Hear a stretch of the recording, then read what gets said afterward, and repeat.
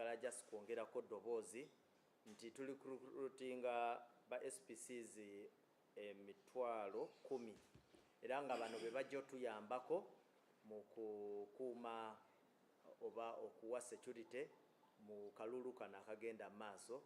Tujja kuba trainingira omwezi gumu naye bajja kuba nga bali ku contract ya myezi 3 era abali eyo bonna abaagala okujjumbira eno recruitment tubayita nga twagala kubagamba nti just kyetwetaaga kyokka twagala omuntu nga Munnayuganda nga ayina endangamuntu ate nga ali either myaka 18 oba okusukamu nga obuyigirize bwaba yasomako paka ku primary 7 n'okudda waggulu ekibiina ky'omusanvu ekya primary. Then n'ekirala tukubiriza abantu tetwagala muntu ayinamu criminal record yonna nti obanga wazaako omusango criminal record tugiprovingira nga omusango gwali gukusinze. Bw'obanga omusango tegukusingangako oba eyo record tuba tetugibala. Era buli bagamba nti omuntu ayina criminal record ayina kubanga bakugulako omusango ne bakutwala mu kooti ne weewozaako ne bakusingisa omusango ogwo. Ekyo mu mateeka kye tuyita okubeera ne criminal record. Naye si bino nti lumu bantwalako ku poliisi oba lumu mulirwana yampaabira. Criminal record si kyebeetegeeza. Ekirala bw'obeera nga oli mu abo abaali ba volunteerinzeeko naffe oba nga wali owaddeko obwa voluntary service usually yeba added advantage. Then kye tutera okugamba abantu wano twetaaga abantu abali physically fit kubanga emirimu gye tubawa girimu okuyimirira so gyetaaga omuntu nga alimu ku mbavu. Ate jjukira nti tukutwala omwezi mulamba ogwa training. Tujja kuba tubategeeza ebifo wawe tujja okutrainingira. Then ne good communication skills nga omuntu osobola okwennyonnyolako okwogera n'abantu ekyo kye tuyita communication skills. So mugenda ku applyinga mutya? Abo abaagala okuyingira mujja kuwandikira Inspector General Police nga mukozesa kalaamu si typing. So nga omuwandikira no signinga n'ogattako akafaanani kewakekubisa jjojjo. Waliwo abo b'osanga nga alina akafaanani yakekubisa myaka 2 emabega nga akafaanani naye bantu babiri banjawulo. Ono alina ekiwalaata akafaanani kalaga omuntu ng'akyalina enviiri zonna ku mutwe. So akafaanani, national ID,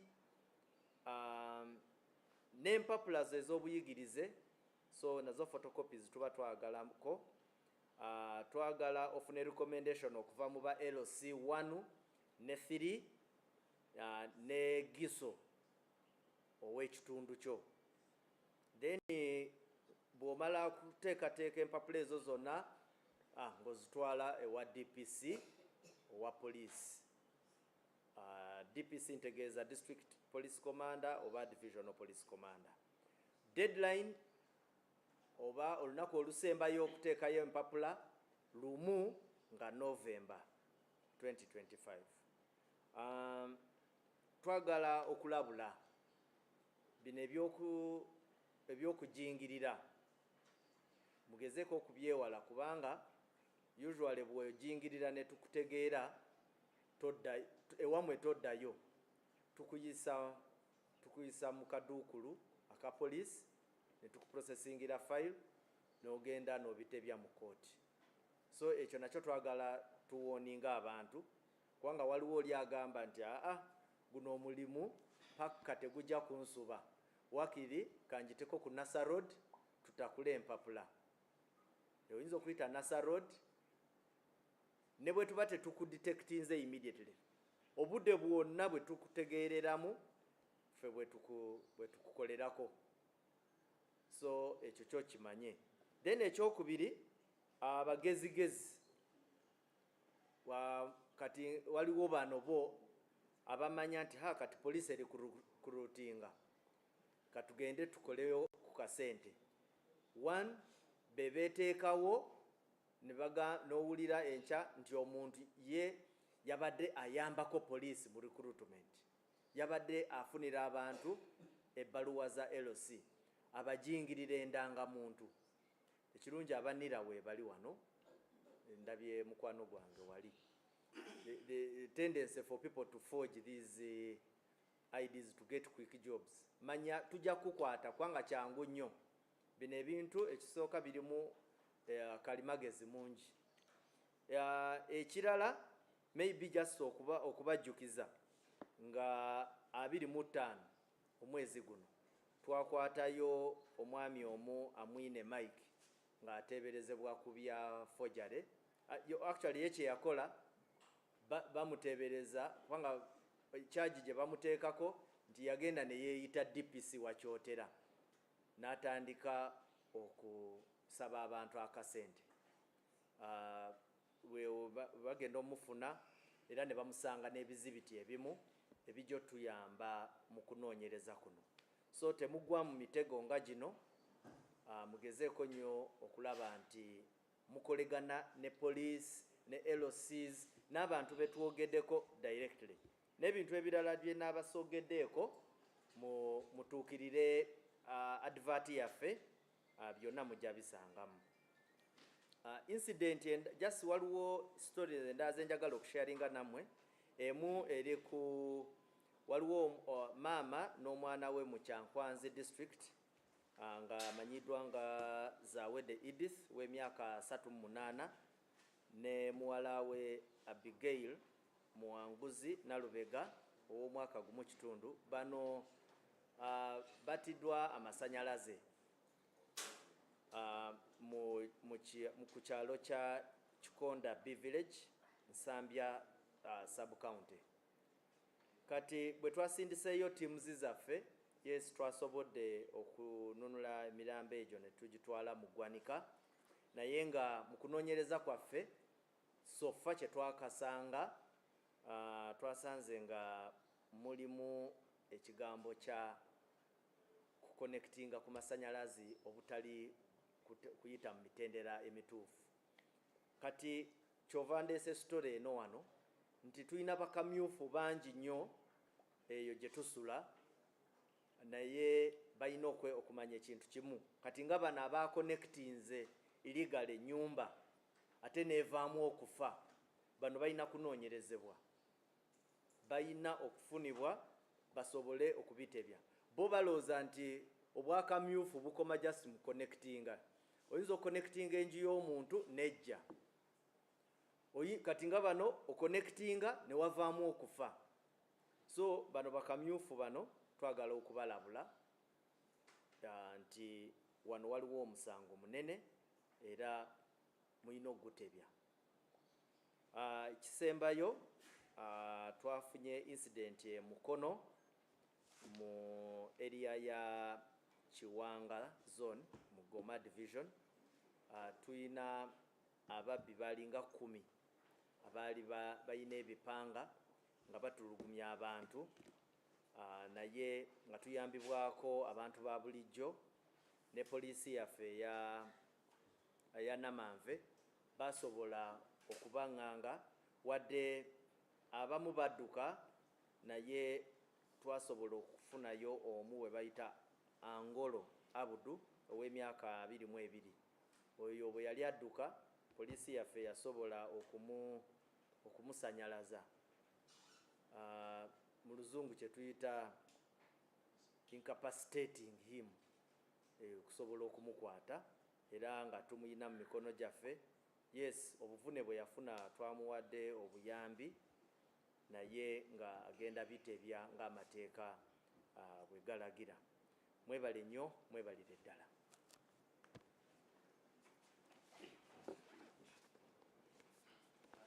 Ndoza tugende mu bibuuzo. Yes, sir.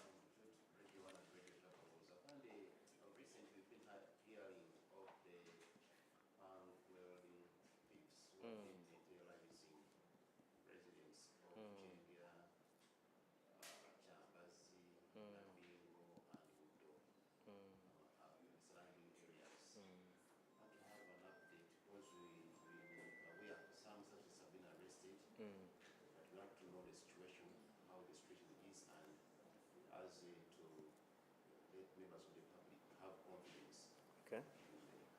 Thank you. I think this one I will leave it to Luke. You, as a Kampala Metropolitan, they have something. Yes, please continue. This one is about the campaigns. How the situation with the campaigns in the RS ceremony. Okay. Yes, Ndugu. Still in the same region, still in Chiweka. Mm. Still in the same region of Gambia. The past month we have had incidents in Mbiji, town council, in areas of Wanga, Chansa, Mayembe, Mambire, Kalagala, Ukakala, where like people have been attacked, they have been injured, and according to residents, they should be silent because whenever an incident happens, one is rushed to hospital and then referred to children for management. However, these most recent ones are segregated with either age, sex, and whatever has been happening. And residents say it is happening between the early hours of the night, that is before 10 p.m. I don't know if you have any update in that regard. Then the last question is why is police found out any details to why these things so happen also during the election times? Okay.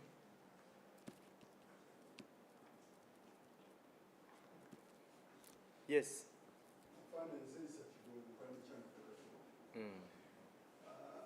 Sabiti wali wali okusunsula mu abantu abagala kutukikkira mu kikolwa mu lukumi wabula waliwo abagambibwa nti abamu ku abo baali bagenda okwesimbawo okwati abali ku opposition baawambibwa era waliwo netwala mu bitundu eby'emubende bagamba nti baakwatibwa mansonga baali bajingirira ebiwandiiko. Oyinayo erinnya ly'oyo eyawambibwa? Okusinza ku sources ziraga nti yali yeesimbyewo ku sipiika antalinamu. It's okay, nja kuddamu. Kyova olaba nkubuuziza nti oyinayo. Okay, fine. Okay, continue. Ensonga endala ebadde ya abamu ku abo baakwatibwa bavunaanibwa okujingirira ebiwandiiko naddala bamuseveni n'ebirala. Okay. Okay, it's okay. Those we can go with those.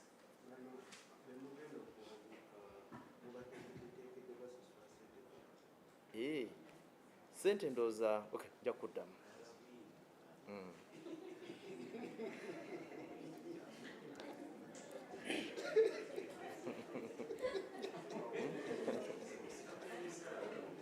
Kale, let me answer you. First and foremost, the issue of one of our colleagues here has raised the concern of panga wielding criminals. First and foremost, yeah, in areas where we have had these incidents, it's unfortunate and regrettable. But what I know is that whenever we have these incidents, police tries as much as possible to follow up. And if you are very observant, we have been giving you updates on our operational successes. These incidents once in a while occur, and the police tries as much as possible to establish those individuals. One of the things, of course, we need to appreciate is we have a number of these young men and young men who are so sunk into consumption of drugs. We carry out occasional operations. We get them. Of course, sometimes it takes us some tedious exercise to link them to very specific crime scenes. But whenever we get them, I've been telling you here, we get them recent to address this kind of challenges, security challenges.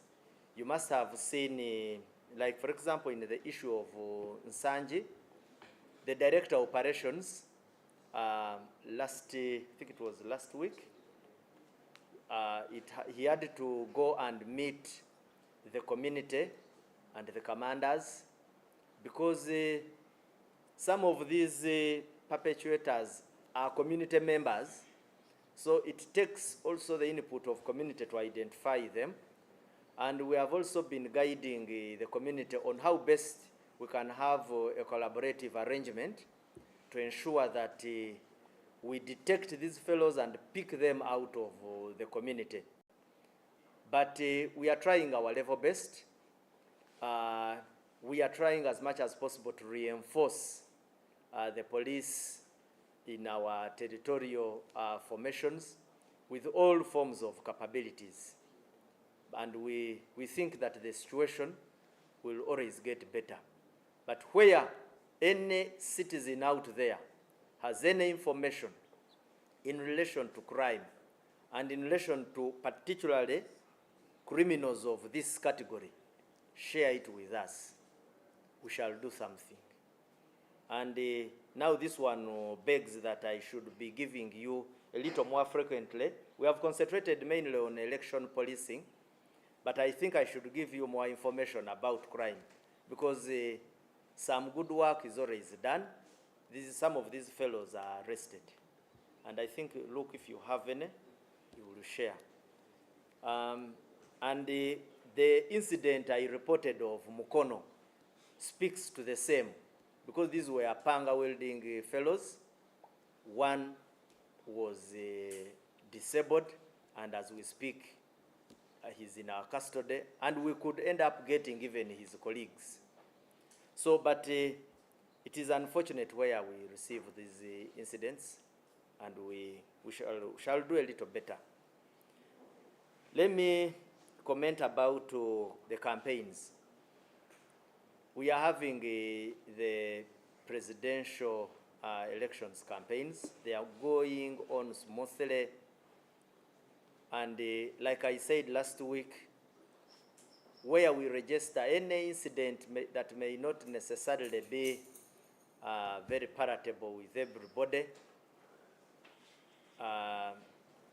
let's forgive each other, but at least I can ably speak that our officers are trying as much as possible to do a commendable job. There is constant communication between command and the tactical forces on the ground. There is demonstrable display of professionalism. There is a good level of not necessarily excellent, but a good level of compliance from candidates. Of course, we get challenged, we get provoked, but we study and weigh how to make sure that we do not antagonize, and we make sure that we realign these political actors so that we move on smoothly. And that's what we are trying as much as possible. We engage them, we engage their committees. Some of them will try sometimes to violate their agreed positions, and we do the talking. So, but so far, I know everybody can agree with me. So far, so good. Like I earlier said when we were beginning on election policing, there are tense situations. So candidates, their supporters, at times you find them extremely tense. And the police officers also need to be understood. They are dealing with highly charged populations, but so far they have tried as much as possible to exhibit professionalism. Now, those incidents which arose, and I feed into what one of our colleagues here has asked, the issue of that some candidates were denied access to the registration centers. First and foremost, if there is any single candidate who is saying that he or she was denied access, let him or her go and appeal against that decision, because the Electoral Commission has put up mechanisms to address those kind of concerns. There is an appellant system at the Electoral Commission. Now, when I asked my colleague whether he has a very particular example, he mentioned I understand the lady in Bukedea. Although I'm among the very many people who saw a video trending of the I think it's called a CEO. A CEO whom you claim that does not believe in you. Because for her, according to that video, she says it was an action out of her own conscience, and whatever she said in the video. So, but in any case, I have said, if there is anybody who is uncomfortable with the way things were done, please utilize the appellant system, utilize the law in place, and we shall move on harmoniously. You will be listened to. Election, yes, you mentioned that there could be, I don't have all the facts with me about those who committed the forgery offenses, but in case of any, I will share with you on the particular action that was taken. Lastly is the issue of how much the SPCs. Let me see if in the advert I have that information, because I have the advert with me. Yes, they will be remunerated. Election police constables will be remunerated 469,000 shillings per month. So if I'm to give the same information mu Luganda, waliwo yogedde abuuziza ku kintu kya ab'ebipanga, abamenyi b'amateeka ab'ebipanga. Yes, waliwo wetu ate nawa ne example ya Mpigi. Mpigi manyiiko Nsangi, wano wetufunye incidents ezo, naye tugezezaako nnyo okulaba nti twadressinga concern eyo. Of course, obumenyi bw'amateeka bwe muba muli awo, once in a while muwulira wano kiguddewo wali ne wano, naye police tetudde kye twagala okubagamba. Ekirala, abantu bwe bamulugumya ku nsonga eyo mu Nsangi, director wa operations yasitukiramu nagenda nasisinkana abantu ne bakamandazi ogezaako okulaba engeri gye tusobola okufunamu solution mu nsonga zino, naye ne wonna we tusobola okufuna obuzibu tugezeeko nnyo okulaba nti tukwatagana n'abantu ba bulijjo tubugonjoole, kubanga abamenyi b'amateeka abamu bano bali mufe mu bantu, tebava wala, era bwe tuba tukwataganye wamu bino tusobola okubirwanisa. Ate tugezezaako, era waliwo wensobodde okujja nga ngamba wa information eno eraga nti wano twakwata ababbi bwe bati, tubakwata ne tubatwala ne mu kooti, abamu n'okomawo ne bakomawo ne batandikira ne wa we babakomye. So naye tujagezaako okulaba nti tulwanisa obumenyi bw'amateeka buno. Kanjogere ku kintu kya campaigns sofa zitambula bulungi ate maybe just kyenjagala okugamba bamemba ba parliament oba abagwanyiza obwa memba bwa parliament mulindeeko nga 10th mutandike campaigns musharinge naffe ebifo bye mujja okubanga mukiriziganyizaamu ne police ku ground so that campaigns zammwe zitambule bulungi. Tetunaba kufuna buzibu bwonna buli awo wadde waliwo okusoomozebwa wano na wali naye ate nakyo tukitegeera kubanga campaigns zirimu ebbugumu lingi si ku just candidate yeka naye n'abalonzi oba abawagizi osanga ebbugumu nga lingi nnyo naye n'abapoliisi baffe twogera nabo era top command IGP at least muze mulaba ayogera n'abapoliisi ba directors jukira tuyina ne ba zonal commanders CID weria nayo CID nayo ya deploying aba zonal commanders so tuyina structure nene gezaako nnyo okulaba wabeerawo omusango gwonna mweyambise structures ezo zonna zetutaddewo bambega baffe abali ku ground CID mugezeeko nnyo okubatuukirira musanga waliwo emisango egimenyeddwa ba commanders oyinza obutakkiriziganya na DPC naye kyova waliwo RPC ate na RPC naye bw'oba kale tokkiriziganya naye kyova bateekawo IGP yateekawo zonal commanders ate nabo twabanjula ne tubabawa amanya so tusuubira nti bw'ofuna challenge yonna obatuukirira kifo ky'okutwalira amateeka mu mikono. Then kiri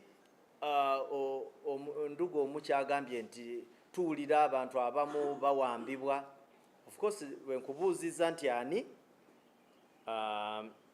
nogamba nti tuwulira nti ebukedeya nze akavidiyo ke nalabyeko kakebukedeya waliwo omukyala oyo eyavuddeyo ye n'agamba nti nze siwambibwangako okuva mu lukaano luno nze yakola ki it was out of my own volition.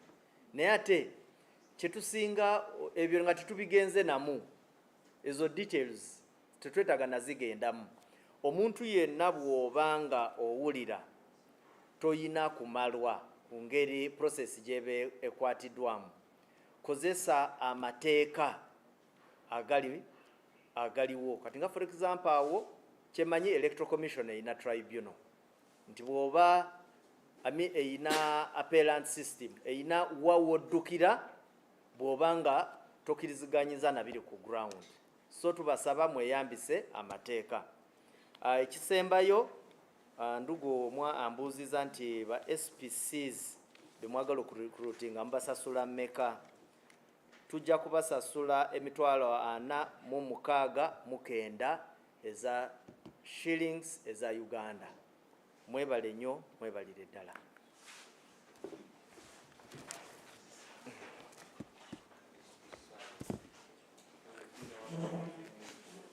Ajje. Ate kirungi embavu akyaziina.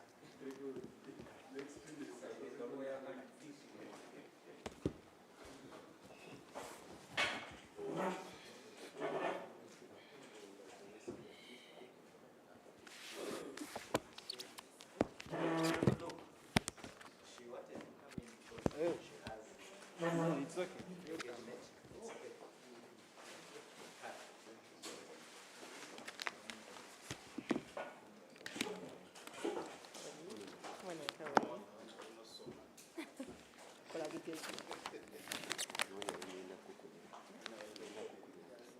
Okay. Good morning, members of the press. My name is Jennifer Kalule Musamba. I'm the Principal PRO for UNEB, and I bring you greetings from the Executive Director and entire management and staff of UNEB. We are currently conducting examinations for the Uganda Certificate of Education Senior 4, and this is our third week running. And so far, so good. We've not had any major incidents during the past 2 weeks, and we hope everything will go on well in the remaining period. This morning, the candidates are writing the practical paper for the Information and Communication Technology, ICT. Last week, the candidates were able to complete most of what we call the high entry papers, and these are mainly the compulsory papers, and for the remaining 2 weeks, they are going to be writing examinations for the electives or the optional subjects. And under the new curriculum, candidates are expected to have at least 2 optional subjects, or at most 2, or at least 1. So many of them will be writing at least 1 examination paper this coming week, 1 or 2 examinations, which are optional papers. These are low entry papers, so don't expect a high turn up for these papers. Over the last 2 weeks, we did not have any major incidents, like I said. There was no case of examination leakage or malpractice, mainly the leakage whereby the learners get to access the paper before it's due time. That is the worst case of malpractice. There could be others which could be impersonation or external assistance in examination rooms, but as far as leakage is concerned, we did not get any case reported. And for this, we would like to applaud our teams who are on the ground, doing supervision. We mainly had the scouts, the invigilators, and then of course you also have the security teams and the coordination team and the secretariat. I want to thank them so much for the job well done. We also want to thank once again the teachers who despite industrial action, came to supervise the examinations, and they helped in this process very much. We've been able to deliver examinations to our stations in good time for the 3rd week, and in so doing, we also withdraw the scripts of the learners from the various stations to make sure they're in safe custody before the time of marking. During this time, we've had some candidates who did examinations when they are pregnant, and one of them did deliver. This is a learner from a school called Millennium High School in Koboko. She turned up for chemistry practical on the other Friday, on the 17th, and she got labor pains, so she was rushed to a health center 3, where she was admitted and supported, and she was able to deliver her baby by 10:30. Unfortunately, she had some complications, so she could not go on with the examination at that time. Fortunately, it was a practical paper, and we had an alternative paper last Friday, paper 3, which she was able to register and do under protest. I want to congratulate the learner as well as the school. And then we had 17 candidates who were reported to be pregnant. They've been doing the examination when they are pregnant. They've been able to do their examinations. Some of them get complications, and we try to assist them in every way possible. And where possible, we give them the 45 minutes, which is given to learners who have special needs. However, the board doesn't condone teenage pregnancy, but for the board, for as long as a learner is registered and they're able to come for the examination, we shall go ahead and conduct the examination and administer the examination to the candidates. That is why we give these learners the examinations. We also had 3 learners who are breastfeeding. This got some bit of complications during the practicals because they have to go breastfeed, come back, do the examinations, and we give them an extra 45 minutes to accommodate the time when they're out, when they're breastfeeding. The board would like to commiserate with the IGP and the entire Uganda Police Force for the loss of the late Commissioner Mate Godfrey, who for the last 7 years has been part of the UNEP security team and was very instrumental in ensuring that we have security countrywide for the UNEP examinations. We also lost an area supervisor of Ramata, the late Tobias Musinguzi, who passed away after a short illness. We also commiserate with the family, the students of the school, as well as the colleagues who are area supervisors and head teachers. During the last week, we had some schools report that they had rowdy candidates who were trying to disrupt the examinations, and these had to do examinations under police surveillance. Under the regulations for the management of the examinations, if a candidate is found to be involved in improper behavior, is rowdy or unruly, or doing anything which is likely to disrupt the examination or disrupt all the other candidates, that is regarded as a malpractice. According to the regulations and as quoted in the timetable, improper behavior like making noise, disobeying supervisors, invigilators, violent behavior such as attacking or threatening invigilators and fellow candidates, or disrupting an examination is a form of a malpractice. The board therefore would like to caution candidates and their parents to make sure that they avoid getting involved in acts that would cause them to be discontinued.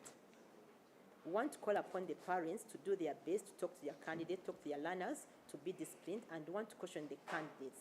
Being a candidate doesn't stop you from being disciplined, and doesn't make you being over and above the school rules and regulations. We therefore ask them to try and be disciplined during this remaining time. Otherwise, they risk being discontinued from the examination. The board is currently preparing for the primary leaving examination, which is due this week, starting this week.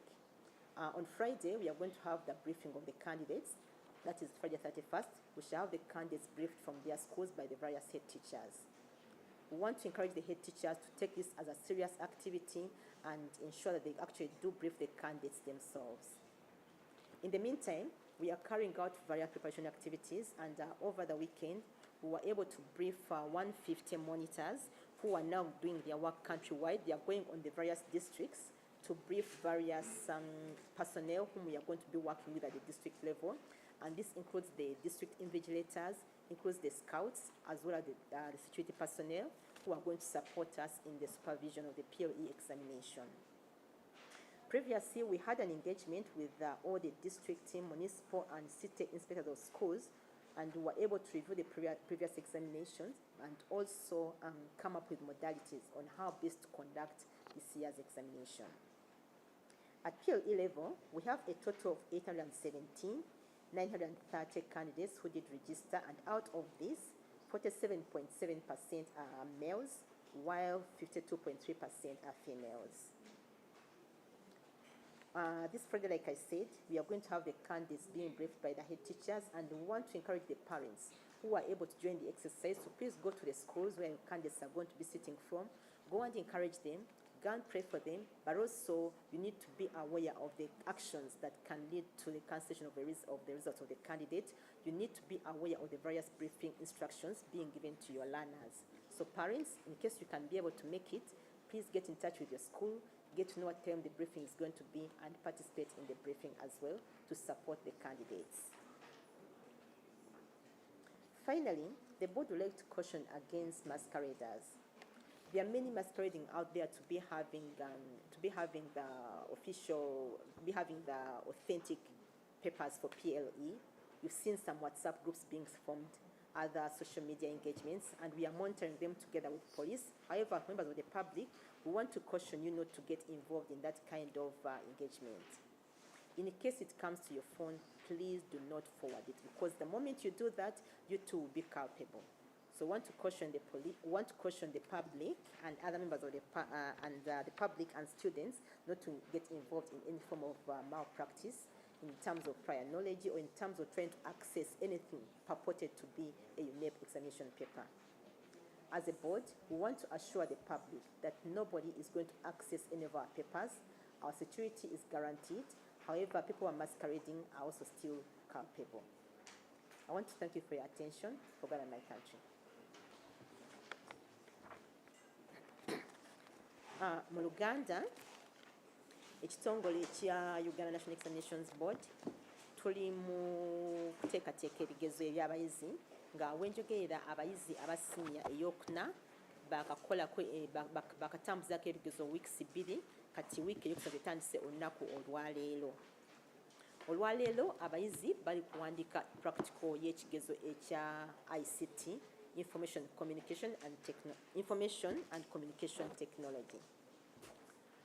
Mu wiiki ewedde abayizi bamaliriza ebigezo ebiri compulsory bateekeddwa okukola bonna what subjects eziri compulsory nga buli muyizi ateekeddwa okubanga azikola bw'aba okufuna certificate.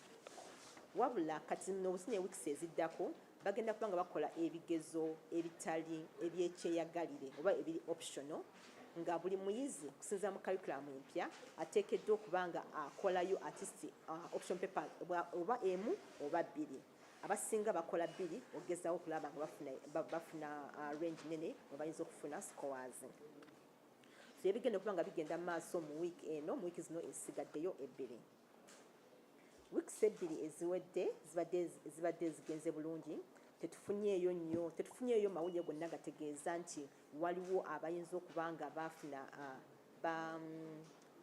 babba ebigezo oba baleginga okuba nti nno balina ekigezo kya UNEB nga tekirina kutuuka ku bayizi bennyini. Mu kino twagala okwebaza bannaffe ku secretariat abadde bacoordinatinga, okwebaza abasomesa bonna abakoze naffe okulaba nga tukuuma ebigezo bino obulungi, nokukoza bannaffe aba security betukoze nabo okukuuma ebigezo era tukyagenda mu maaso n'okukuuma ebigezo bino. Twasobodde okutwala empapula eza wiiki eno ku station zaffe bulungi mu bitundu byonna eby'eggwanga era nkyewala abayizi bonna batandise bulungi, ate empozi bwe tuzitwalayo tujjayo scripts z'abaana ne tuzijja ne tuzeeta wano okulaba nga tuzitereka bulungi tutanaba kutuuka ku stage ey'okuba nga bigololwa zisobola ku marking centers. Mu wiiki ewedde tunayo omuyizi omu gwe twategeerako yali kusoma oliri kobo okuba liyita Millennium High School ezaala baby girl. Omuyizi ono yajja okukola ekigezo kya chemistry, agenda okutuuka bali bamukebera n'afuna labor pains, n'amuduza ku health center 3 n'asobola okuzaala obulungi by ssaawa 4:30, naye yafunamuko ku buzibu n'atasobola kudda kukola kigezo. Kati ekirungi kiri nti yalina pepa ya practical, ate empapa za practical tubeerawo n'empapa ezibeera alternative zetukola mu wiiki eddako. Kati yasobola okujja ku Lwokutaano oluwedde n'akola olupapula lwa chemistry era agenda mu maaso n'okukola ebigezo. Omama n'omwana bali bulungi. Tulinayo abayizi abalala bwe twategeddeko kino bakoze ebigezo nga bali mbuto, bonna abamu bali 17. Bano nga basinze bwe twategeddeko bali mu districts eya Palisa, Koboko awamu ne Busia district. Bano tubayambako okukola ebigezo, tulaba nga basobola okukola ebigezo mu mbeera oba mu environment ebesobola okuba basobola okukola ebigezo, naye nga si lwakuba nti ng'ekitongole tuwagira abayizi okufuna embuto mu masomero, naye lwakuba nti ffe omulimu gwaffe gwakuwa abaana bigezo. So omwana bw'aba nga yeewandiisa n'asobola okujja okutuula ekigezo, teacher n'amutuwanga candidate, kitwakatako okulaba ng'omwana oyo akola ebigezo mu buli mbeera yonna gy'aba alimu, wadde alina olubuto wadde talina. Eyo y'ensonga lwaki tuyamba abayizi bano okukola ebigezo, era tubawaayo n'eddakiika nga 45 singa bafunyeemu obuzibu ze tuwa abalina ebyetaago eby'enjawulo special needs. Kano tuzibawa baba nga bazeetaaze obayambako compensatinga time gye bafuluma nga nkesa y'olubuto. Watu nyo abayizi nga basatu abali bayonsa nabo nga alina okugenda okuyonsa omwana, kati eddakiika ezo tugezaako kuzicompensatinga eddakiika 45 ze tuwa abalala abalina obulemu ku mibiri gyabwe oba abalina ebyetaago eby'enjawulo. Ekitongole kyagala okubagiza bannaffe omukulembeze wa poliisi wamu ne bannaffe bonna ab'epoliisi olw'okufiirwa omukulu yali commissioner wa poliisi Mate Godfrey. Ono nno ng'amaze emyaka 7 ng'akolagana naffe nga UNEB ogezaawo okukuuma ebigezo era abadde mu ssaala ennyo mu kukuuma ebigezo bya UNEB. N'ekyo tunywerera wamu n'ekitongole kya poliisi awamu ne basecurity bonna. Wiiki ewedde naffe twafunamuko ekikangaba ng'omu ku head teachers baffe yali area supervisor Ramata yafa, yalwala akabanga katono nnyo naye nga yali mu time ya examinations n'afa mu time eyo. So twagala okuwa Mwami Tobias Musinguzi, twagala okubagiza family ye n'ab'essomero wamu ne ba head teachers bonna ba area supervisors olw'okufiirwako munnaffe oyo. Era mu wiiki eyo twafunamu amasomero agamu agatutegeeza nti waliwo abaana abali baagala okwegugunga. Opapa gye bakola nzo yali ya history ng'abaana bagamba yali nzibu nnyo ne bayuza epapula ne baagala okuba abasomesa okuba invigilators ne beegugunga amasomero agamu. Kati ne babayitira poliisi era abaana abamu bano bagenda kukola ebigezo babeerako ne poliisi emuwerekera, basobola okusa ku poliisi n'ajja n'akola ebigezo ne bamuwerekera ne bamuzaayo ewakaawe oba kisinzira nga omusango bwe guli. Etteeka lya UNEB likitwala nti omwana singa aba yeeyisa mu ngeri y'akeegugungo yeeyisizza bubi, okugeza okuyuza empapula, okuwoggana, okunywa ebiragalalagala, obutawuliza ba invigilators oba ba scouts oba supervisors, tukitwala nti ekyo kyekimu ku malpractices, kubanga omu oyinza okuba nga ayagala okukola bw'atyo asobole okuleka abalala basobole okuba nga babba ebigezo oba beeragirira. Tekitwala ng'ekitono, ate twagala okukubiriza abayizi bonna nti wadde temulina papers nnyingi ezisigaddeyo, tubasaba mubeere nga mweyisa bulungi kubanga oyinza okweyisa obubi nti kwetera okugoba ku ssomero n'obutakola ebibuuzo bisigaddeyo. ate okubeera candidate tekikuggyako okubeera nti olina okubeera amateeka g'essomero amateeka g'essomero yonna yonna gy'oba oli. Twagala n'okusaba abazadde bwe kisoboka musobole okuba nga mwogera n'abayizi n'abaana bammwe baleme okweyisa obubi, kubanga ekyo kisobola okuleetera omuyizi oyo okuba nga asazibwamu okukola ebigezo birala byonna ebisigaddemu. Ate batakolayo ekigezo kimu bakitegeeza nti bagenda kukola ki, tebagenda kumugradinga kati aba amaze ebiseera bye ebya bwereere. Bwe tuli kaakati tuli mu kuteekateeka ebigezo ebya primary ya P7 bino ebigenda okutandika ennaku z'omwezi nga 31 olwokutaano luno, n'okuteekateeka abayizi oba kyetuyita briefing y'abacandidates, kino nga kikolebwa ku masomero ba head teachers bakola briefing y'abayizi bano. Twagala okusaba head teachers, heads of centers, okulaba nti bo kennyini bateekateeka abayizi bano okwewala ezimu ku nsonga ezivaayo ku mistakes abayizi ze bakola ne basazaamu ebigezo byabwe. Kuba tukizudde nti mirundi egisinga abayizi abamu ababeera ng'ebigezo bakola ensobi naye nga kubanga baali tebanyonyoddwa bulungi ekikyamu kyeki n'ekituufu kyeki. Timetable ze tubawadde ziriko instructions nnungi nnyo ne tusaba muziyitiremu abayizi ku lwokutaano luno, n'abazadde bw'oba osobola okugenda ku ssomero naawe n'obeerawo ng'omwana wo bamuteekateeka okukola ebigezo ne mubazaamu amaanyi, musabako nabo naye n'okulaba nti nno bamanya nti nno muli wamu nabo mu kaseera kano akebateekateekera okukola ebigezo. Abayizi bagenda kuba nga bawandiika ebigezo ennaku z'omwezi nga 3, ennaku z'omwezi nga 4, ye Monday ne Tuesday, tandika n'ekigezo ekyokubala. Nga tuteekateeka tubadde tulinayo meetings twasisinkana abannaffe ba district, municipal ne ba inspectors of schools ne twogeraganyamu engeri y'okukuuma ebigezo era nga tusinzira ku biki ebibaddewo omwaka oguwedde n'engeri tugenda okulaba nga tuteekateeka bulungi ebigezo bino eby'omwaka guno. Eno ku level ya PLEU NEB ekolagana nnyo ne bannaffe bano aba local governments batuyamba nnyo okuteekateeka ebigezo bino. Twafunyemuko ne batuleeta ba district monitors 15 kati betwasindise mu districts okulaba nga bateekateeka abantu abalala abagenda okuba nga bakolagana naffe. Mulimu ba district invigilators, mulimu ba district scouts, era mugenda kubeera mu mpozi n'aba security betugenda okukolagana nabo mu kuteekateeka ebigezo omulundi guno. So bagenda kuba nga babriefinga weekend yonna yonna paka olunaku olwokutaano wetunaamaliriza n'okubriefinga abayizi ate mpozi ba districts abalala ba scouts abalala gyoba nga tubateekateeka ku lw'omukaaga. Ekitongole kyagala okulabula abantu bonna nti mwewale abantu ababadyekadyeka nga babagamba nti nno balina akasasi ekigezo kya UNEB oba ekiteeberezebwa okubeera ekigezo kya UNEB.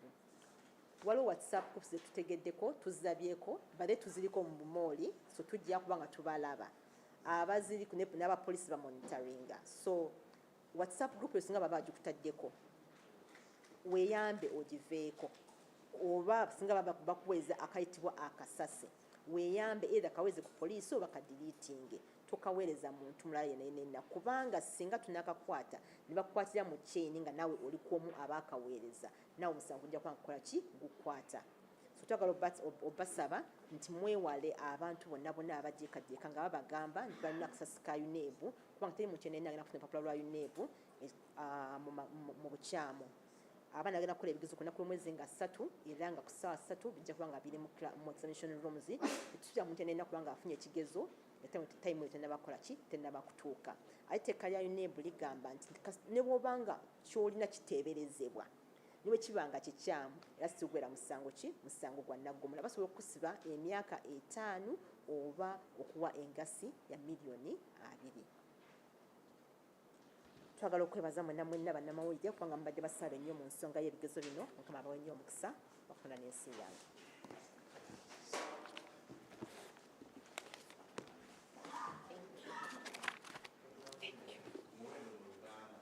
Omwendo mu Luganda. Oh, sorry.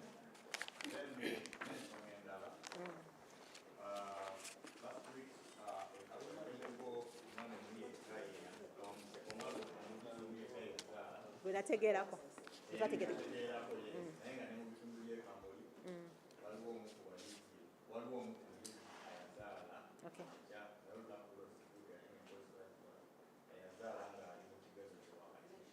Okay. Onompako ku details, eh? Okay, thank you. Yeah, omuwendo gw'abayizi abagenda okukola ebigezo tulina emitwalo 8,173 mu 9,3 abagenda okukola ebigezo nga bitundutundu 47 8 ku bano balenzi ate ebitundutundu 52 ku bano bonga bawala bebagenda kukola bebewandiisa okukola ebigezo bino. Kyekyo ndowooza. Thank you. Tweyanziza nnyo.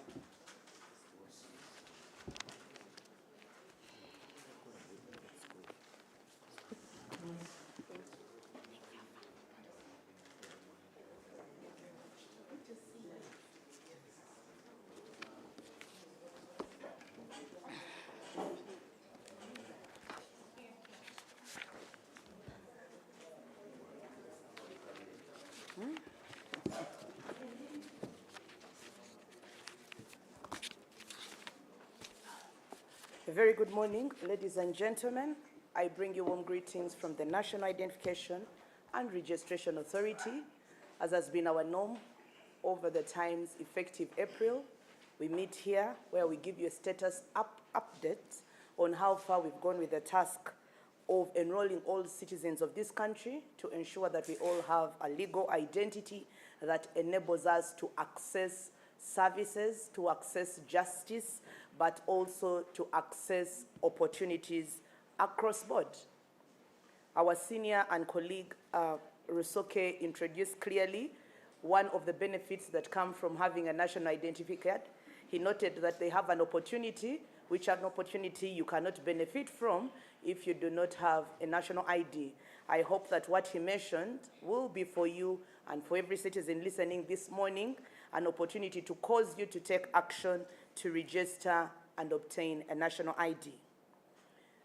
For this morning, I want to address us on two important issues, particularly the progress and feedback arising from the mass enrollment we have been undertaking.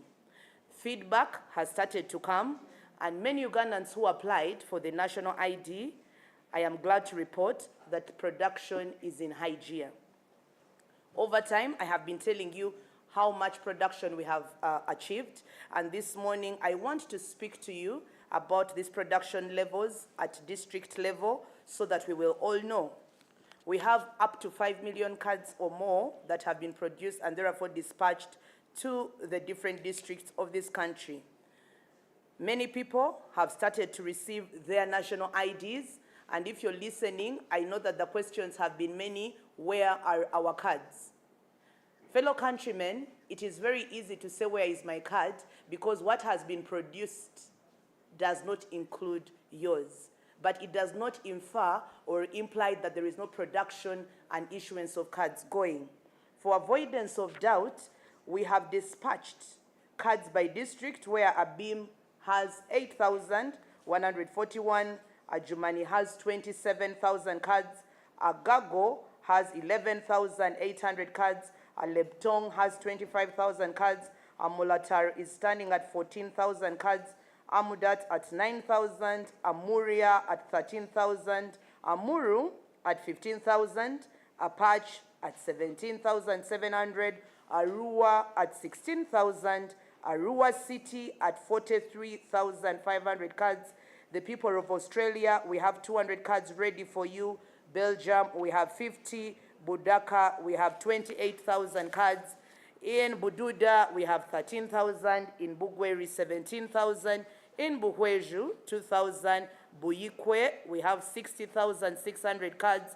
Bukomansimbi, 3,135 cards. In Bukwo, 9,400. Bulambuli, 9,400. Bulisa, 2,300. Bundibujo, 24,800 cards. Bunyangabu, 3,596 cards. Bushenyi is at 14,500 cards. Busia at 29,400 cards.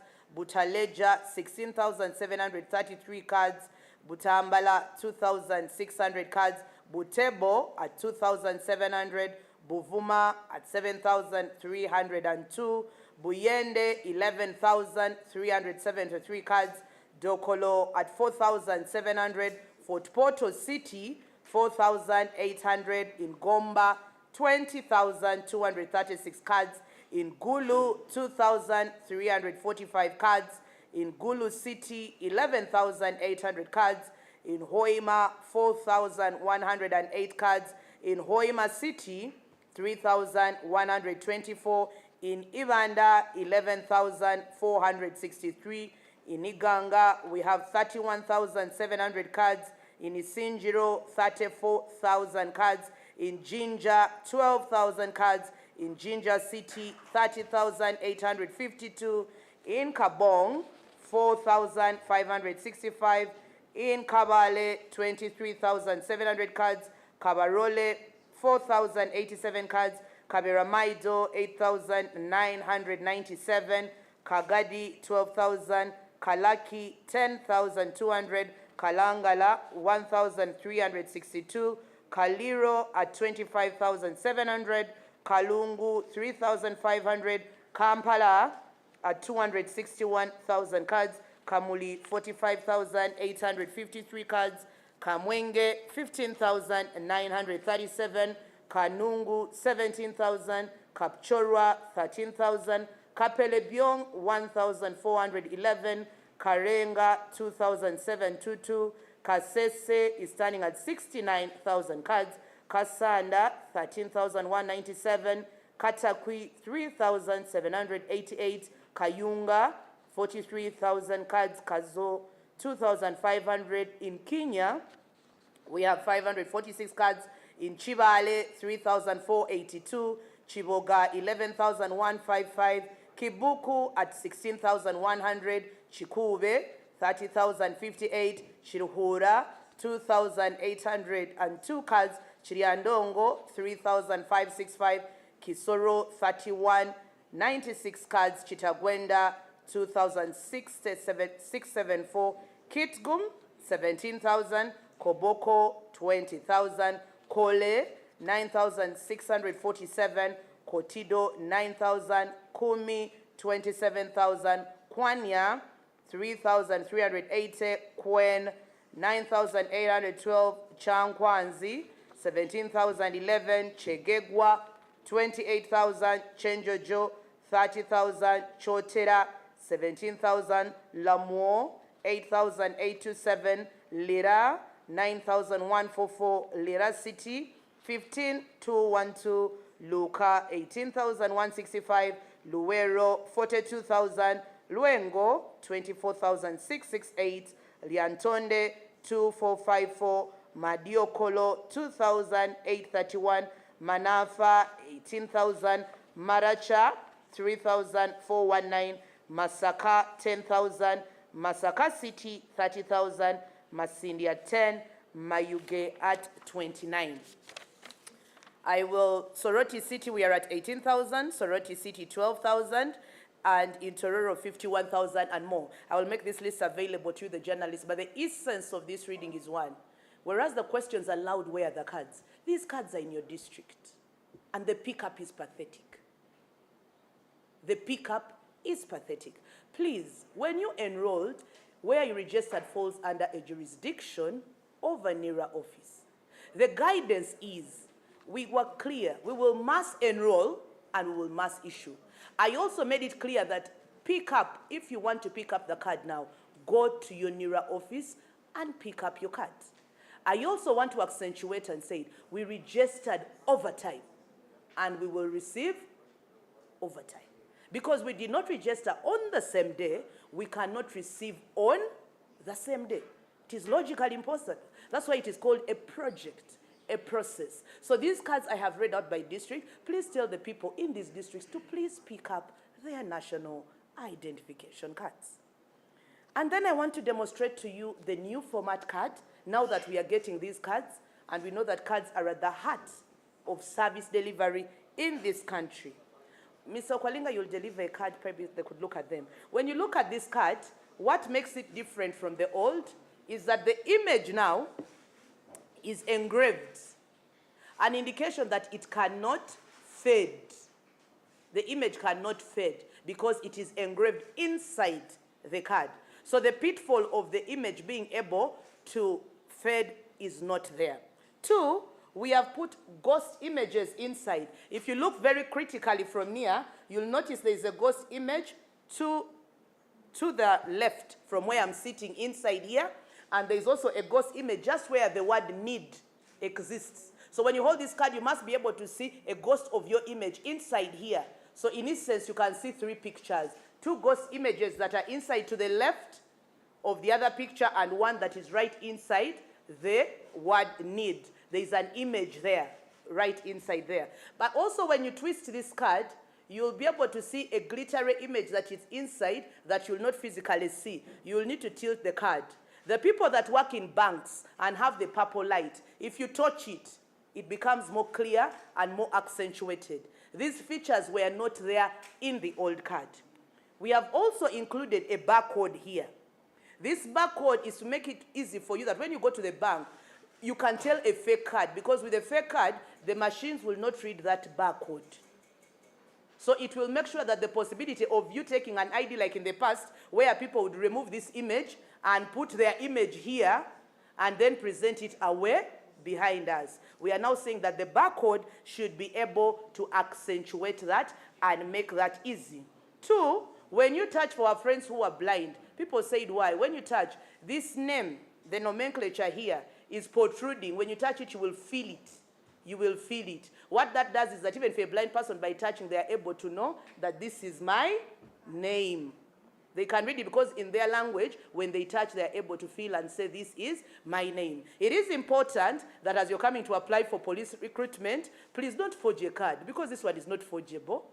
But also, if you're transacting, say someone is buying land from you and they are making a down payment, okay? Make sure that you're able to look at the card and say, I've given you my 10 million, but have the basic ability to tell a fake card from an accurate one. With that little knowledge, you should be able to look at the card and be able to tell whether the person has given you a fake card or not a correct card.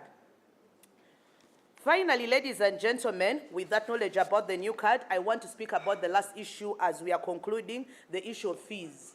I have been on road tour to Eastern Uganda, and the biggest cry out that we continue to hear, which we have been addressing here weekly, has been the issue of middlemen.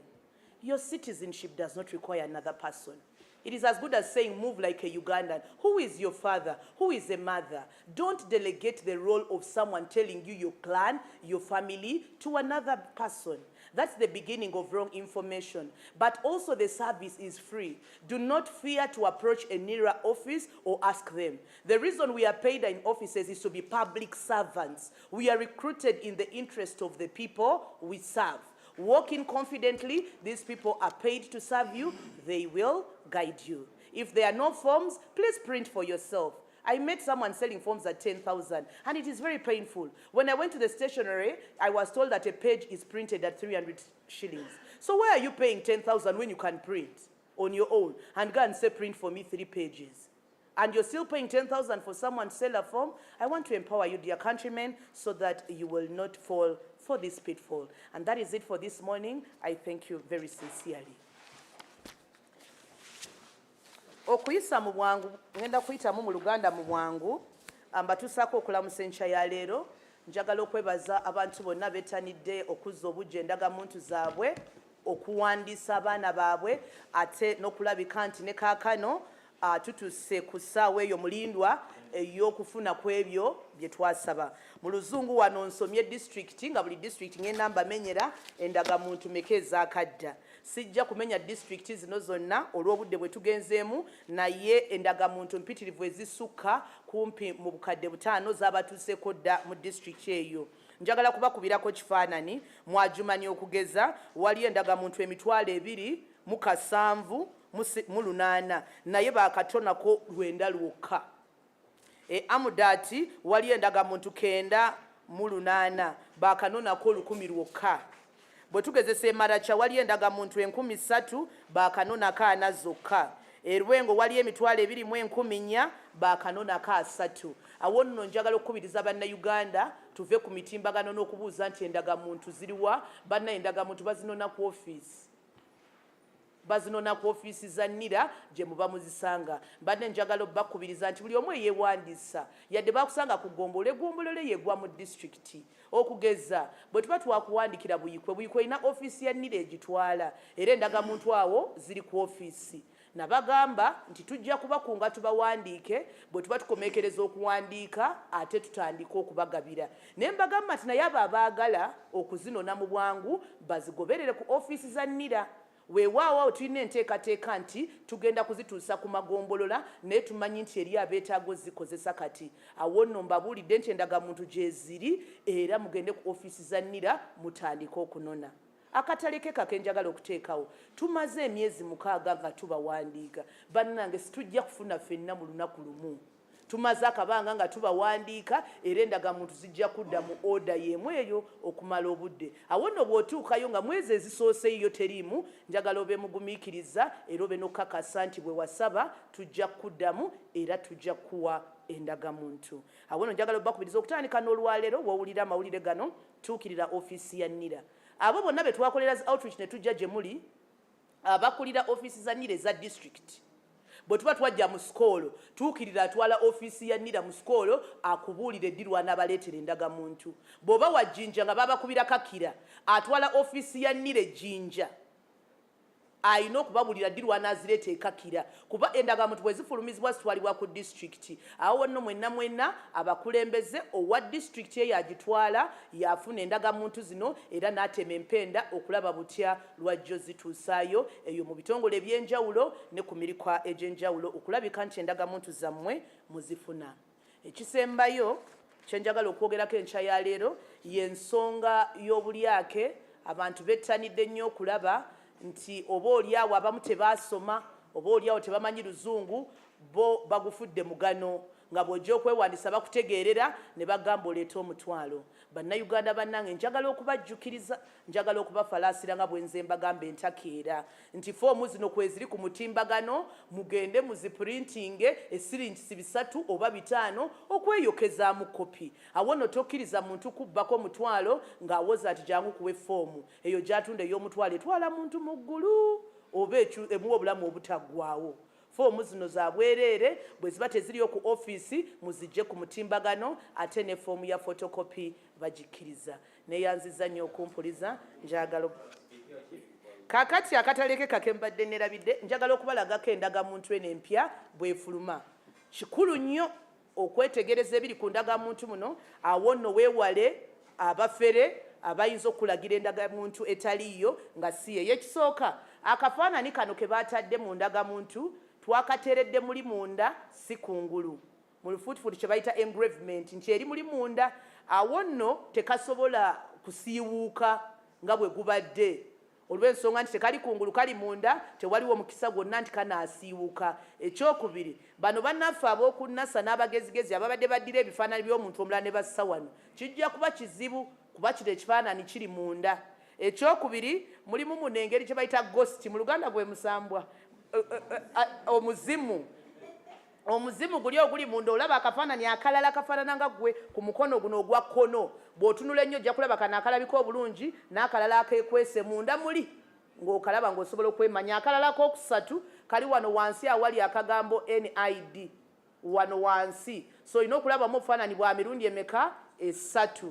Ekiddako endagamuntu eno bw'ogikyusakyusa bw'oti olina akantu ako akatangalijja kakubanga bu disco light kalina kala nyingi munda bw'ogenda okakyusa bw'oti tosobola kalaba ng'okoze bw'oti naye bw'okyusa endagamuntu bw'oti olaba akantu akalimu engeri ya yellow, engeri bbululu, engeri ya green. So olina okukyusaamu bw'oti n'okalengera munda. Abalina zitooki ziri eza papa ab'omu forex bureau n'ababanka ze bakozesa okwawula essente ez'ekicupuli n'entuufu bw'okateekako katooki ate oyongera okulaba obulungi ebyo byonna ebiri munda ebyekwese muli n'obiraba bulungi. Awo nno emabega eno ne tuteekako kino mu Luzungu kye bayita barcode nti bw'onaateekanga mu banka eyo oba aba passport oba immigration kajja kulamba okusoma ebikulagako kasobole okwawula. Kaadi ey'ekicupuli barcode eba tosobola kugisoma. Awo nno bwe mba musigayo essente zammwe mugula ettaka muwaayo endagamuntu mbadde nsaba obeere mwegendereza oyawule endagamuntu ey'ekicupuli ku ntuufu. Akasembayo akatalekeka bannaffe bali bamuzibe bw'okwatako bw'oti erinnya lyo olina engeri gy'oli ennyukuta zino nti ozikutteko kijja kubayamba okusobola okusoma amannya gaabwe newankubadde tebalaba ng'akwatako n'engalo bw'ati n'amanya nti lyerinnya lyange. Kale nawe bw'onaakwatangako bw'oti ojja kuwulira nti amannya gano gafulumyemu kalina engeri gye kali raavu. Kale byebyo bikwata ku ndagamuntu empya, mbaagaliza ewiiki ennungi. Mwebale nnyo okumpuliriza.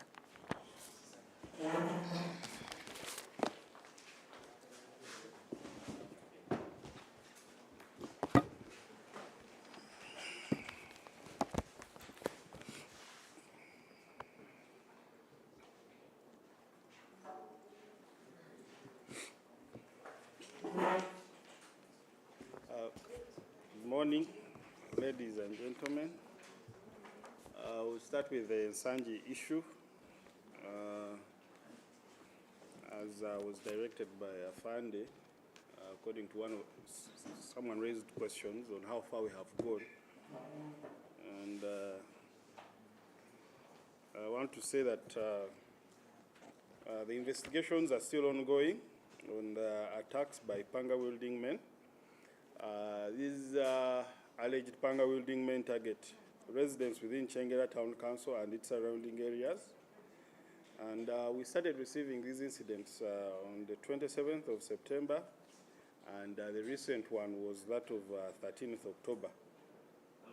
In total, we have around 7 incidents that mainly occur at night as victims walk home. Several suspects have been arrested and some have been charged in court. Among the notable incident was that of the brutal murder of Lupo Judith, who was a 26-year-old barmaid whose killers, Muruhura Arthur and Chiwanja Ivan and Mutondi Emmanuel, were tracked down and arrested and were later on taken to courts of law. Following the rise of these attacks, the division has intensified foot patrols. Now this is on how far we have gone on making sure that we stop these incidents. We have intensified foot patrols, motorized patrols, supported by motorcycles within the area and motor vehicles. We also received some additional personnel with the support of FFU from police headquarters. That there were 30 in numbers, and within that time period, we have conducted operations that led to the arrest of 86 suspects. 46 were arrested on October 21st, and 37 were arrested on October 22nd. These were charged with various offenses, possessions of suspected stolen property, and carrying dangerous weapons, because most of them were found with pangas, housebreaking implements, and others. Of course, like he informed you, the Director of Operation, the RPC, and KMP Commander with the police of Nsanji met residents in the area recently, and we have encouraged the creation of security committees, village security committees, and vigilante teams. We are working jointly with them, and we conduct night patrols with the vigilantes. And this is a community-led initiative which has been received very well, and we hope that no major incident will be registered. And as of 16th October, to date, we have not registered any other incident. We are hopeful that there won't be other incidents as we go any further. The division is also addressing some isolated cases of motor vehicle thefts. Now, we informed you last time that we recovered some motor vehicles, about 7 in number, which were later on handed over to their owners. Now, the challenge we have in such incidents, the division registered almost a high number of theft of motor vehicles. But when motor vehicles are recovered, the offenders benefit from plea bargains because they reach an understanding with the victims, and at the end of the day, they are not prosecuted and they come back within the community. Now, what we are doing with our teams of intelligence is to keep on monitoring these suspects. Because you can't do anything if the person who was affected, who is the complainant, has decided to pull out of the matter. So that is how far we have gone in addressing criminality within the division of Nsanji. Now, we have also been monitoring social media, a lot of complaints at police, especially at CPS and Ginger Road, where motorists have been complaining on social media and at two police stations of a rise in theft of motor vehicle parts. Now, the vehicle that has been mostly affected is what we call a Harrier and the Mercedes-Benz. Now, the Harrier has what we call, it's called a vent. There's a front vent that they plug off. It has a symbol of a Harrier. And now a lot of vehicles, especially the new models, I think 2014 to 2016, around there, from 2016 to date, they have that car rail guard. And it has always been plucked off in traffic jam. Mercedes-Benz side mirrors are plucked off. And recently we conducted an operation where we arrested 2 suspects. And this operation is still ongoing. And away from just making the arrest, they were interrogated. They informed us of a place where they sell these parts, and it is specifically the Chiseka area. Now, we were able to recover a lot of Harrier, Toyota Harrier grills, lamps, side mirrors, and many others there at Ginger Road Police Station. And this is where we encourage the habit of marking some of the motor vehicle parts. If they are properly marked of such an incident, to go and check with Ginger Road Police Station and see whether you can recover your item.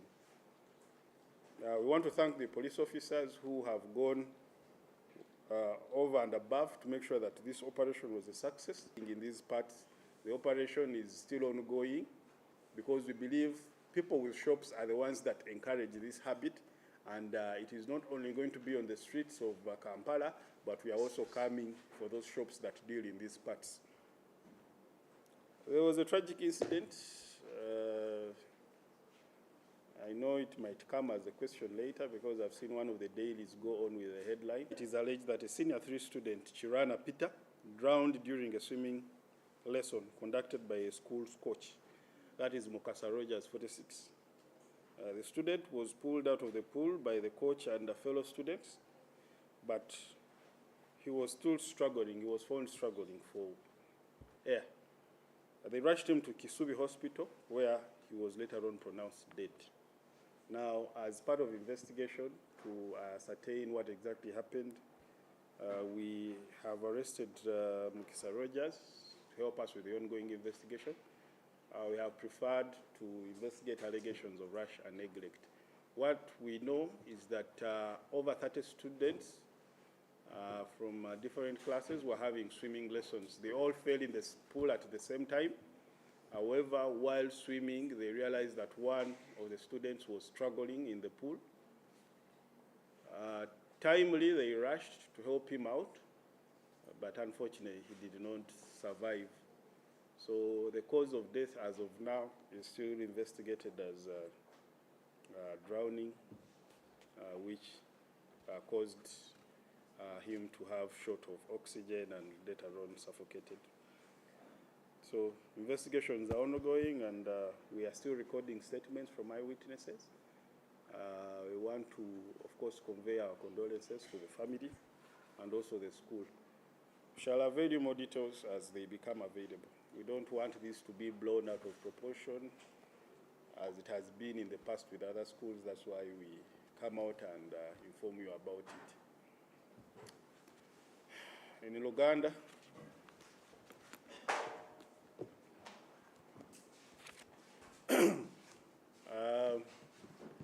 balamusiza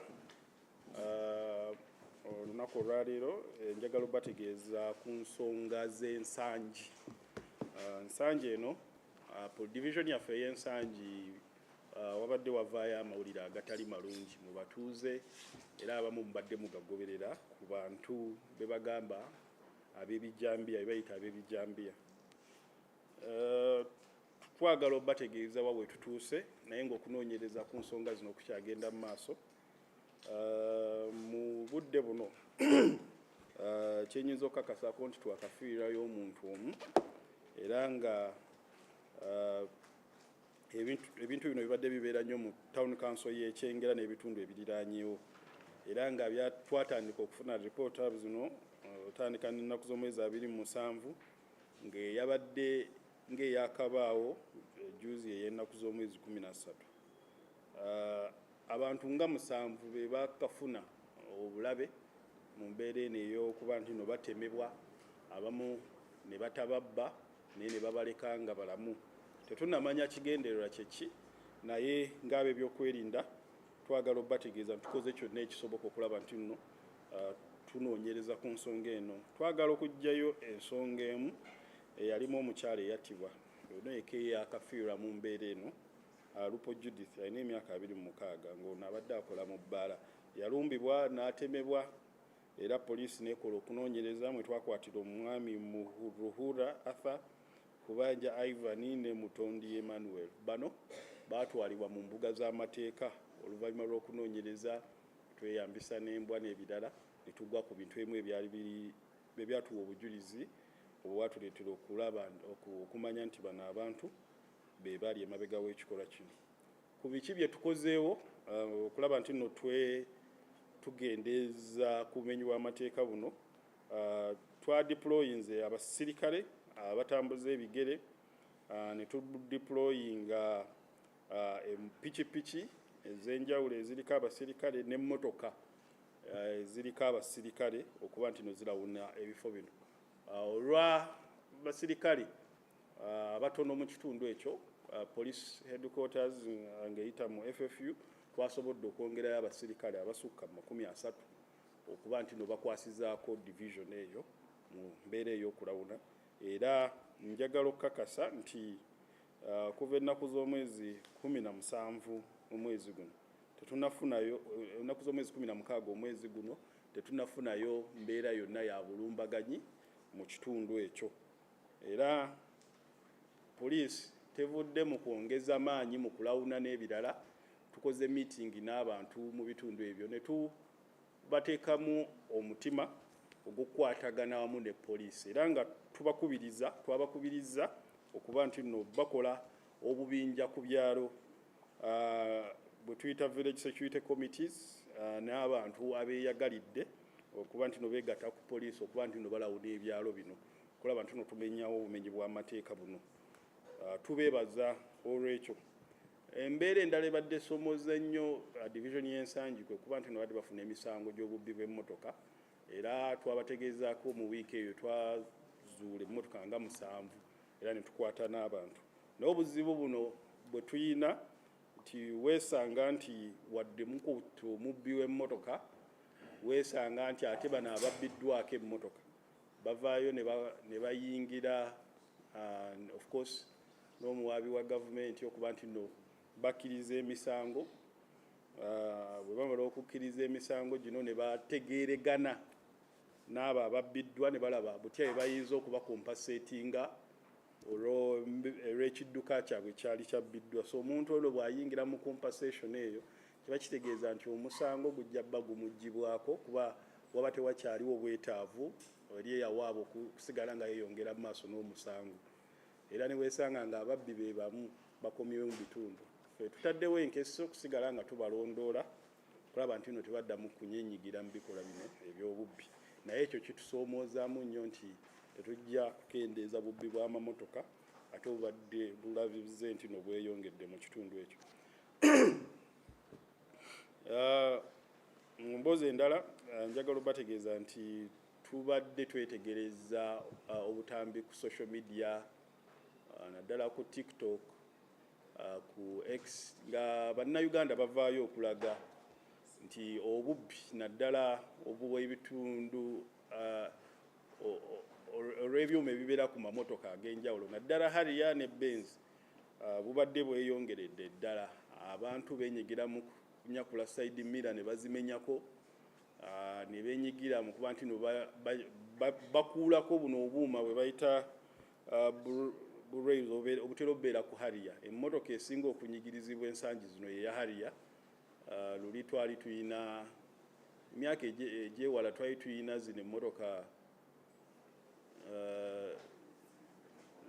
nga si Ractis naye nga si Epsom nga bazikuulako ekintu kino ekyebbali siyenta naye obwo bwakindiira oba n'okuggwawo bwaggweerawo ddala, naye kati bazze ku hariya bazikuulako ebintu bino eby'omu maaso naddala ezitandikira ku mwaka 2014-16 awo batera ozikuulako obuuma obwo era ne babutunda. Ogenda kugula akantu abantu abamu bavudde ne bagaba bagula ebintu byabwe byennyini ebyabbiddwa. So okunoonyereza twakukoze ne tukwatayo abantu babiri abatututte mu maduuka mwe batunda ebintu bino era ne tukwata n'ababitunda ne tuzuulayo n'ebintu ebirala bingi.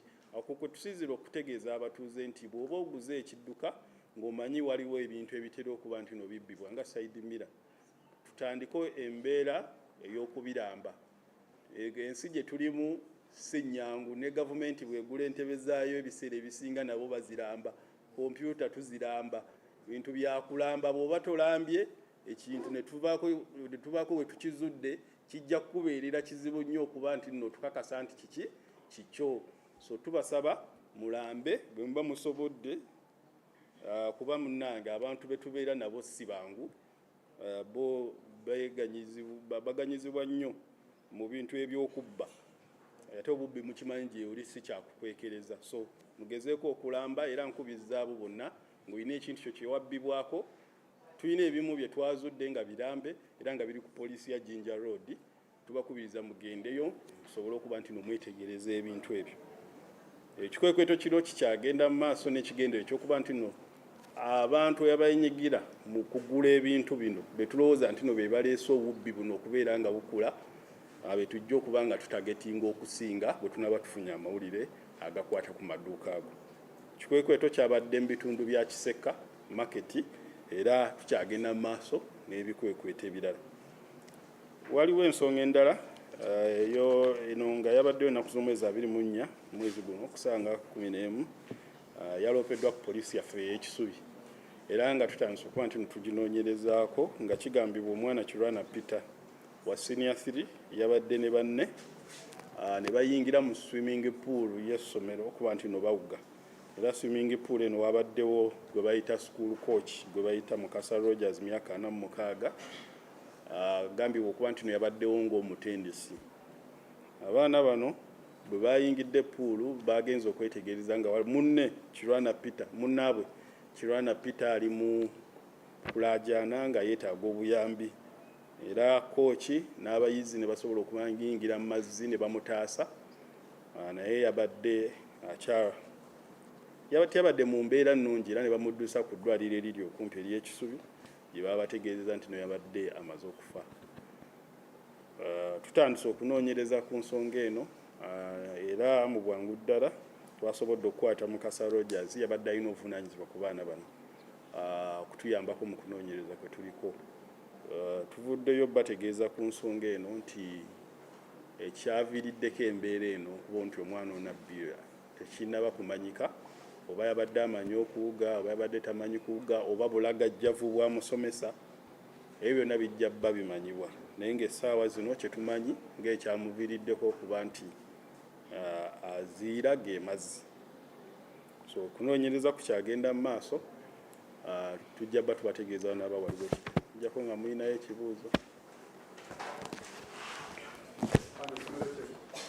St. Mary's College gye batera oyita SMART, oba wali oliwuliddeko nzo bba toliwulirangako